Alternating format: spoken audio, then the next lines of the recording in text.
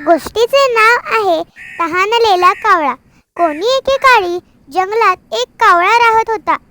त्याला एकदा खूप तहान लागली. तो पाणी शोधत इकडे तिकडे उडत होता. एके ठिकाणी त्याला माठ दिसला.